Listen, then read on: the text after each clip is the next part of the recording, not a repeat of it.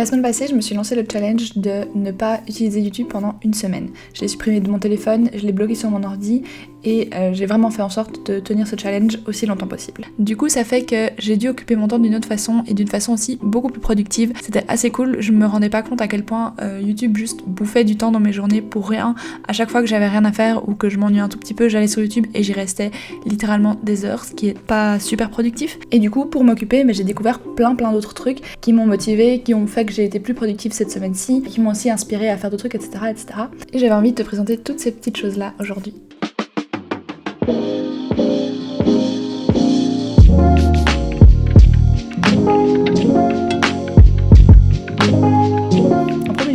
Énormément évidemment parce que je lis déjà beaucoup, mais ici comme j'avais pas YouTube, j'ai dû occuper mon temps autrement et la lecture ça a été une des premières choses que j'ai faites plus que d'habitude. Là je viens de finir un livre de Margaret Atwood qui est Alias Grace. Je t'en ai déjà un peu parlé sur Instagram et je t'en ai parlé aussi dans la dernière vidéo et j'ai adoré.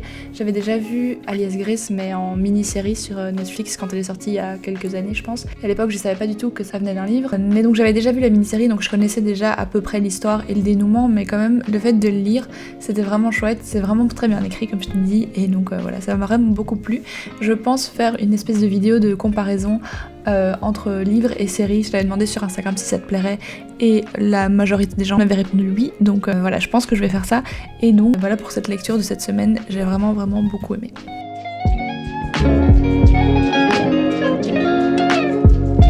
Toujours en lecture, mais cette fois-ci avec un média différent. J'ai commencé un audiobook et c'est le premier audiobook que j'ai jamais écouté de ma vie. C'est l'audiobook de Circe de Madeline Miller que j'ai trouvé gratuitement sur Spotify.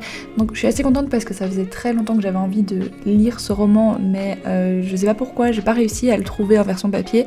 Et ici par hasard je l'ai trouvé sur Spotify. Du coup ça tombait juste bien. J'ai eu un peu du mal au début à juste écouter parce qu'en fait quand j'écoute un truc j'ai besoin de faire quelque chose avec mes mains, j'ai besoin de m'occuper, je peux pas juste écouter quelque chose et j'avais peur qu'en écoutant un audiobook qui était du coup déjà une histoire et en plus de ça en anglais, j'arrive pas à suivre le fil et que je me perde complètement, que j'arrive pas à me concentrer suffisamment pour pouvoir l'écouter et faire autre chose en même temps. Et puis finalement ça a été, l'audiobook est très chouette, j'aime vraiment beaucoup, c'est assez bien écrit, c'est très imagé donc c'est assez chouette à écouter parce qu'il y a beaucoup de descriptions de nature, paysages, etc. Donc vraiment c'est très cool. J'espère que l'audiobook est complet sur Spotify, je suis pas sûre du tout de ça et ce serait très frustrant d'arriver à la fin et de se rendre compte qu'en fait c'est pas fini, mais on y croit. Et voilà, donc si ça t'intéresse, je te le mets en barre d'infos. Sinon, toujours niveau écoute, etc., j'ai découvert beaucoup de podcasts et en fait, comme j'ai fait cette semaine sans YouTube, je t'ai posé la question sur Instagram, je t'ai demandé de me conseiller quelques podcasts. J'ai écouté d'une traite un podcast qui s'appelle Qui est Miss Paddle. C'est assez court, c'est des épisodes d'une demi-heure et il y en a 6 il me semble, donc je l'ai vraiment écouté d'une traite, je crois en une soirée, une matinée, j'avais fini. Donc voilà, c'était très chouette. Un autre podcast que j'ai à te conseiller, mais que je connais depuis quelques temps celui-ci, c'est un podcast de la BBC, le History Extra Podcast, qui parle, comme son nom l'indique, de plein de trucs historiques, qui interviewe aussi des fois des auteurs, qui fait venir des historiens, etc. C'est assez bien documenté, c'est très complet. C'est toujours des épisodes de une demi-heure en général.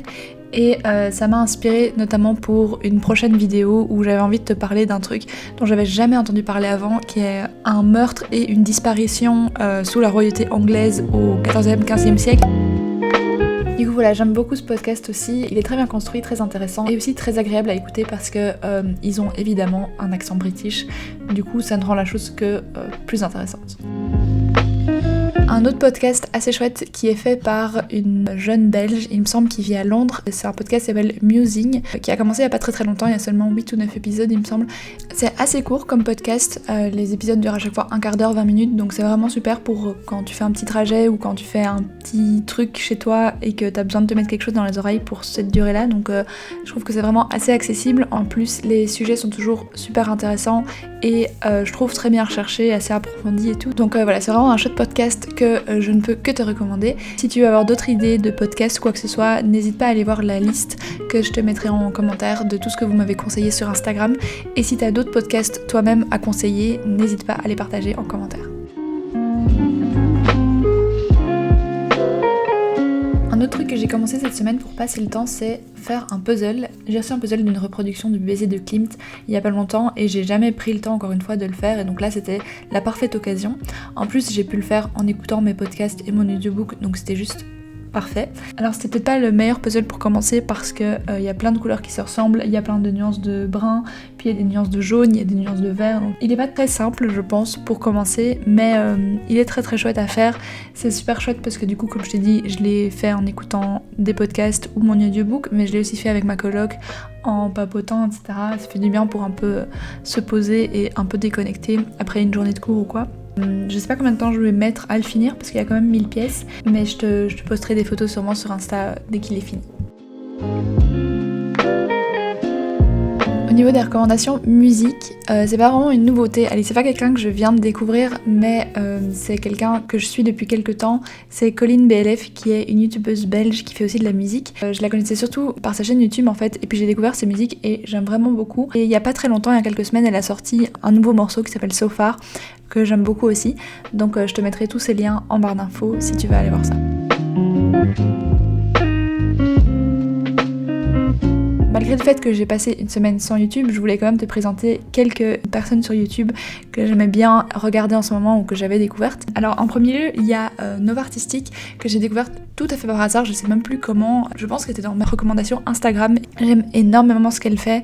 Elle fait des vidéos en général sur des films et elle est trop mignonne en fait. J'aime vraiment beaucoup ce qu'elle fait. Ses vidéos sont super agréables à regarder. Elle est super vivante et pétillante et c'est vraiment très très très très chouette. Elle a conseillé d'ailleurs un film que j'ai regardé qui est Bad Samaritan avec David Tennant et que j'ai adoré, donc voilà, merci pour cette belle recommandation. Et sinon, une autre chaîne YouTube que je voulais te recommander, c'est Little Bit of Monica, qui fait aussi des vidéos sur des films. Il me semble qu'elle est en école de film et je sais pas de quelle origine elle est, mais il me semble que c'est une hispanophone qui vit à Los Angeles. Elle a un accent anglais trop mignon et elle fait des super chouettes vidéos avec un super chouette montage, très coloré, très pétillant. Donc voilà, très agréable à regarder. Il y a plein de trucs super intéressants sur les films que je connaissais pas. Elle a des chouettes idées de vidéos, des chouettes thèmes, donc n'hésite pas à aller voir ça. Je te mets les deux liens en barre d'infos. En plus de tout ça, je voulais aussi commencer la broderie, mais malheureusement j'ai pas du tout eu l'occasion. J'ai vu plein de créations sur Pinterest ou Instagram, mais j'avoue que je sais pas trop par où commencer. Du coup, si jamais tu fais de la broderie ou si ça t'intéresse aussi et que t'as certains tips ou juste même des recommandations de créateurs, créatrices, etc., n'hésite pas à me les mettre en commentaire. Et sinon, c'est tout pour mon inspiration de ce mois d'avril. J'espère que la vidéo t'a plu. N'hésite pas à me dire ce qui t'inspire pour l'instant en commentaire ou à me partager des trucs qui te font kiffer pour l'instant. Et sinon, on se retrouve très vite. Bye bye!